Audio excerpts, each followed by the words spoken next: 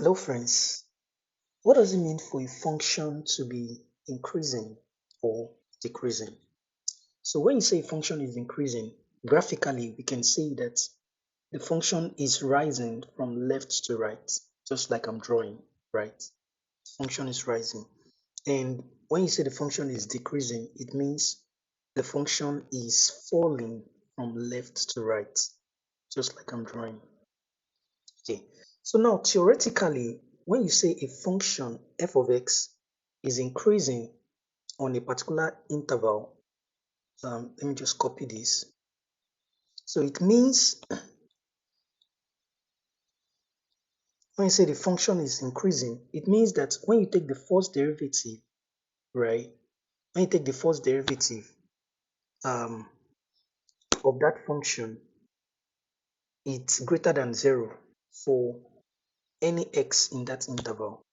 And when you say the function is decreasing, it means when you take the first derivative and you plug in any x value in that interval is strictly less than 0. Okay, so now I know this theory. Let's take an example to explain this definition. Okay, so let's look at this example. Is this function, is it increasing on these two interval or decreasing? Is it increasing or decreasing? Okay, so basically what we want to do here is we want to take the first derivative of the function f of x equals x squared, right? This is the function we are considering. We want to take the first derivative of that, and we are going to take a value from each of the interval, plug it into the first derivative, and see if it's less than 0 or greater than 0. So now let's take the first derivative. The first derivative. So if my f of x is x squared, my first derivative f prime of x is just what I'm just going to do is I'm going to multiply this by 2 and then subtract 1 from here. So the 2 there is that I'm bringing the power down, the original power, which is 2, I bring it down, then I subtract 1 from it. So that's what I'm going to do. So this is just going to be f prime of x is just going to be 2x, 2 minus 1, which is just 2x to the power of 1, which is 2x. So that's the first derivative. Now, in this interval a, right, a is, let me just draw a number line, and then this is 0 here, right? So this is kind of like 0 to infinity, and over here is negative infinity to 0. So on this part of the number line, I can take a value there, maybe negative 1, right? Let me just pick negative 1. So I'm going to pick negative 1 here, negative 1, right? So for a now, and then for a, I'm going to pick f prime of negative 1 is just going to be 2 negative 1, and this is just going to be negative 2. This is less than 0. So on the first interval, the function is decreasing because from our definition, we say if the first derivative is strictly less than 0, right? On that interval, the function is decreasing. So I'm going to write on negative infinity to 0, the function f of x equals x squared. The original function is decreasing. Okay, so now let's do b, right? Let's do b. For b is this one here, right?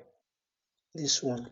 So for b, I'm just going to take a number between 0 and positive infinity. So I'm going to take a number here on the number line. I'm just going to take maybe something like 1, right? um, I'm going to take a number on the, just a number between 0 and infinity. And I'm going to plug it into the first derivative. So I have f prime of, remember my first derivative, f prime of x is what? Is 2x, right? So I'm just going to plug, anywhere I see x, I plug in 1, and then I get 2. 2 is greater than 0.